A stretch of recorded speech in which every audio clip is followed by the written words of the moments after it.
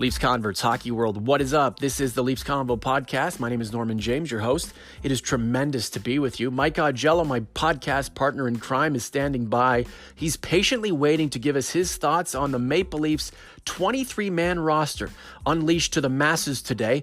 There are some surprises on the list of players, but it's certainly a roster that will evolve as the season progresses. And hey, Connor Carrick's days with the Maple Leafs are over. We'll shed a tear for the young man from Illinois who's on his way to Dallas. The Leafs Convo podcast starts right now.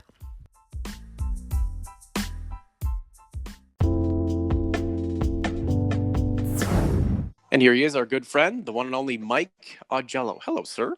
Good afternoon, Norman. How are you? Not too bad. How are you? An eventful day in Toronto, for sure. Yeah, it's pretty interesting when things get busy, and obviously when the team cuts down to 23 players, and there are a few surprises. I mean, I'm still a little stunned at some of the choices made by Kyle Dubas and Mike Babcock, but we'll discuss that over the next few minutes. Yeah, I was surprised to see Martin Marincin, the future Norris Trophy winner, on the roster, albeit probably temporary. And of course, we had Curtis McElhinney locked in as the backup goaltender, but he's on waivers and Garrett Sparks has the job. Yeah, it's funny. I have a piece coming up on Sporting News in a few minutes, and one of the themes that you could see from the decisions made is that Dubas, the influence that Dubas had in terms of players who played for him on the Marlies. I counted 6 players that made the 23-man roster that had integral roles with that Marlies Calder Cup winning team. Freddie Gauthier is still on the roster, although I don't know how long that's going to last, because I didn't think he played particularly well during the preseason. Martin Marincin, I think, is basically a roster filler until William Nylander signs. He's the guy who I think would be the cut. Justin Hall, I think, deservedly made the team, and obviously Travis Dermott. And then you've got McElhinney being cut in favor of Garrett Sparks, and that's if it's not based on how they played in the preseason, because McElhinney completely outplayed Sparks. Babcock said it was the history of Sparks in the organization in terms of development and in terms of the confidence that Dubas has in a player that won the Calder Cup for them. And that's what's behind the decision. The 23-man roster unveiled today by the Toronto Maple Leafs, front heavy in terms of offensive talent, probably the best in the league. Clearly some pieces left to be filled in on the back end, and then a surprise as the backup goaltender. Garrett Sparks will offset Freddie Anderson. This is the Leafs Convo. Norman James with Mike Augello. Mike, there's a lot of drama surrounding the roster being unveiled by the Leafs. A lot of people wondering why Curtis McElhinney's on waivers. How come he's not the backup? What is Martin Marincin doing there? Freddie Gauthier. But we have to kind of take a deep breath, don't we? This is basically the first draft of a roster that's going to evolve throughout the season. Yeah, I think that's dead on. And starting with the goaltending, I mean, I think the factor here, the main determining factor, and you could see it with Pickard, McElhinney, and Sparks, they all had to clear waivers. And I had an NHL scout tell me last week that if the Leafs put Sparks on waivers, that a team would claim him. Now, it's of my belief that a team will claim McElhinney, maybe even Pickard, because there are a number of teams, Tampa Bay, Winnipeg, Philadelphia's got some injury problems. Scott Darling just got hurt with Carolina apparently last night. So, there are teams out there that need goaltending depth, and I would think that McElhinney, with the stats that he put up last year, is probably going to get claimed by one of those teams as sort of a stopgap. So, but that was the consideration. It's a 25-year-old guy that you've developed for 7 years against a 35-year-old guy who you picked up off of waivers 2 years ago. But my determination was who's playing better, and I thought McElhinney was clearly playing better, but I think that they're going with Sparks because they trust the player and they develop the player, so they want to see what the player does. Having Sparks as the backup seems more like a business move than a hockey move. I wonder how the head coach feels about it all, taking into consideration he understands that It's a business. So 2 players cut, 1 player traded. Goodbye, Connor Carrick. We had a couple of pieces on YouTube over the last week and a bit, basically highlighting the fact that Carrick was the extra guy and that he's pretty much run his course in the Leafs organization, and he's been shipped out. Yeah, traded to Dallas for a conditional pick. It's a 7th-round pick next year that could be up to a 6th-round pick if he plays 50 or more games for the Stars.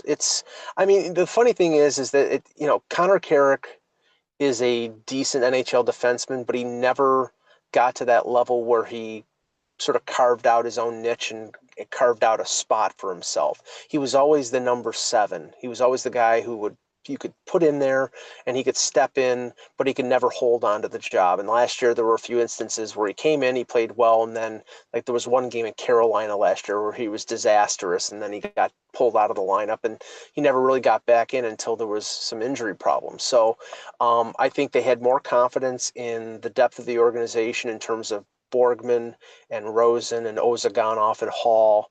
And I think the consideration here was, Hall had to clear waivers to go down to the American Hockey League, and he's 26 years old and a right-hand shot, and the same as Carrick and the same as Ozhiganov. So I think they had enough depth on that right side with 2 right-hand shooters that they could afford to trade Carrick. And one of the things about trading him, he had a $1.3 million salary, so that's even more room that Dubas has to play with for this year only.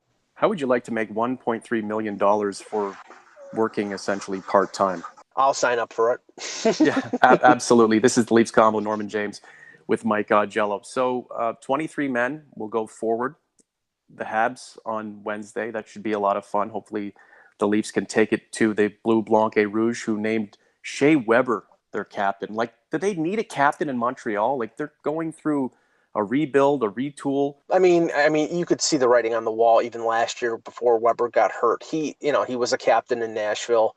He's a leader. He's a veteran guy. I mean, it made sense. Who are you going to make captain? Brendan Gallagher, the guy who's going to spend, half the time in the penalty box and the other being suspended. So, I mean, I think that was a wise choice. Now he's not going to be in the lineup for them until January, but I mean, it is what it is. They're in a rebuilding situation, and right now, I mean, they're where the Leafs were 3 years ago. Mm-hmm. So, I mean, and, the Leafs can't look past them and, say that, it's going to be an easy victory, because we know how that happens. You think you take somebody for granted, and then they all of a sudden you wake up and you've lost the game. So the Leafs have even though they're 3 teams that people are sort of saying are going to be outside the playoffs looking in, their first 3 games they have to take advantage of. It's home against Montreal on Wednesday, home against Ottawa on Saturday, and then on the road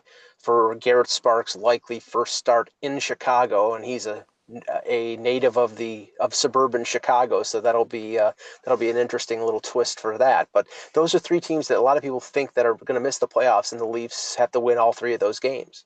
Is Mike Babcock consulting you for the lineups going forward, Mike? Because it seems like you have everybody lined up for the foreseeable future. I don't think these games are pick'ems, Mike. I think the Leafs are going to be the favorite to win on most nights. And if they don't perform better than the opposition, that's a knock against them. Well, a couple interesting things. I mean, one, I will continue to focus on the backup goaltending situation based on what may happen or may not happen tomorrow. And remember, Pickard and McElhinney are on waivers. They could clear. If they do clear, then both will go down to the Marlies, and then you'll have McElhinney and Pickard and Kazimir Kaskasuo as the triumvirate down there. But the thing is, and Chris Johnston of Sportsnet reported about this last week as a potential situation, that they could waive McElhinney and he clears and he goes down to the Marlies, and the rules basically state that he could start up to 9 games. They could call him up like the day of the game, if it's second of back-to-back, and call him up and start him. And Sparks would basically be in the Frankie Corrado, Josh Levo spot of being on the roster but actually not playing on the roster. So I don't know if that's going to happen. It didn't get that. I didn't get that feel. But if he plays 1 or 2 bad games, remember that's all it took from Jonas Enroth for Babcock to lose confidence in him. So I mean, I think that's going to be something we have to watch. Now, the other thing, the Leafs have to get off to a good start because I think if they get off to a bad start, it provides more leverage for Nylander and his agent to say, okay, you guys are struggling. How about you give us $7 million a year? I don't think that's going to happen. I think Dubas is going to stay strong and, going to get Nylander under his number. And I think part of the leverage is them having success early in the year and basically saying, hey, William, we're doing just fine without you. If you want to join the party, come on. I think the Leafs will be just fine without William Nylander. However, they'll be that much better if they can get him into the fold. And of course, when he does return to the Leafs, he's got to be in the right frame of mind. How far down the route are you expecting, the Leafs and Nylander to finally make peace? Well, I know that I think it was Brian Burke said it during the Leafs broadcast on Saturday that, when the same agent, Louis Gross, was negotiating Johnny Gaudreau's contract, that, they made significant progress in the last 48 hours or 72 hours before the season started. And that, like 4 days between that last game and the first game is an eternity. I get that, but I think that the two sides seem fairly solid on their viewpoints, and I would be surprised if it doesn't go past Wednesday. I think it's going to go into the season. I think the Leafs are using the leverage of him actually losing money, which he will start losing money when Wednesday passes and players start getting paid. So I think they're gonna hold his feet to the fire and try to get him at the number that they believe is fair but equitable, and then it's going to start to hurt William Nylander, and that's it could last a day, it could last a week, but I think it's going to go into the season. This almost feels like it's posturing between the Leafs and Nylander's father and his representatives. Don't you think he'd rather be hanging out with his buddies, starting the season, getting things going, picking up points, helping the Leafs dominate? Or do you think, Mike, that this whole saga is a signal he would rather be somewhere else at some point, and that's the inevitability? I don't think he would rather be somewhere else, but I think by him taking the stance that he's taking is going to facilitate an earlier exit than people would think from Toronto. If he pushes for a 7 million or something more than that type of deal on a long-term deal, I don't see how they get all their ducks in a row in terms of getting Matthews and Marner and Gardner to take less to fit everybody, in. And that's where, if it's a bridge deal, then I think, it delays the inevitable. If it's a 6 or 7 year deal at a reasonable amount, like 6.3 or 6.5, something like that, I think that's fair. But I think eventually when they have to pay Matthews and maybe have to pay Marner more than people think, I think the most movable of the big four is Nylander. And I'm not saying give him away for nothing, because that would be stupid, and nobody is stupid in the Leafs organization. But I do think that if you have him locked up on a bridge or locked up on a long-term deal, you can get significant assets for him. And that could mean players who are good in the NHL on entry-level contracts, or somebody who's controllable, just like Nylander, but at a different position. They're loaded on the wing. They're loaded at forward. They're loaded with scoring. And, he's a very good player, but you have to allocate your money in certain areas. And we know what area has long been the focus where I think the Leafs should be, focusing their attentions toward. A bridge deal would be more of a temporary detente kind of thing, as opposed to him signing that long-term deal. I'd rather see him and the Maple Leafs finally make nice and put pen to paper on something lengthy and lucrative for him, seeing that they've gone through a lot of this posturing and these contractual battles. But you just never know how it's all going to play out. In the meantime, the Leafs status quo, right, Mike? Yep, it's now everybody's looking towards Wednesday at Scotiabank Arena, the opener. The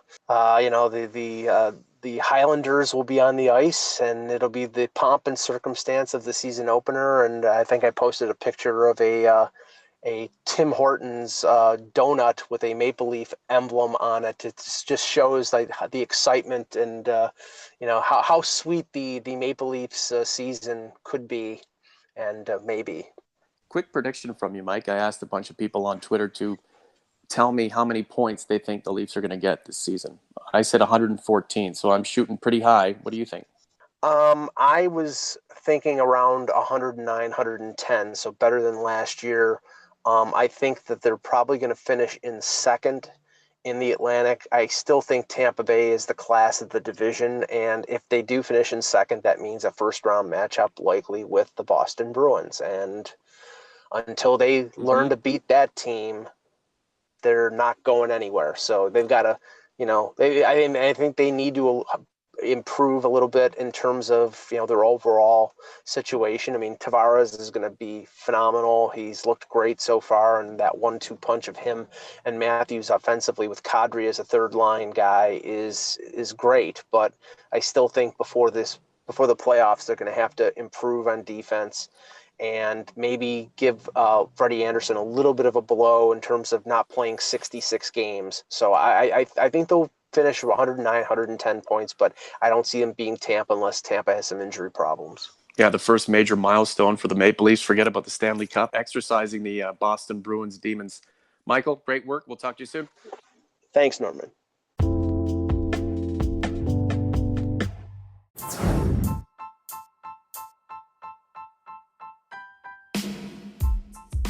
That'll wrap up another edition of the Leafs Convo podcast. Thank you so much for being along for the ride. Hopefully it was good for you. It was tremendous for us. We love doing what we do, and we do what we do because of you. If you want to get at Mike or myself through social media, on Twitter, at Mike in Buffalo, at Norman James TLC, or heck, tweet the podcast at the Leafs Convo. You can also holler at Mike or myself in the YouTube comment section. For Mike, I'm Norman James. We'll talk to you soon. Peace.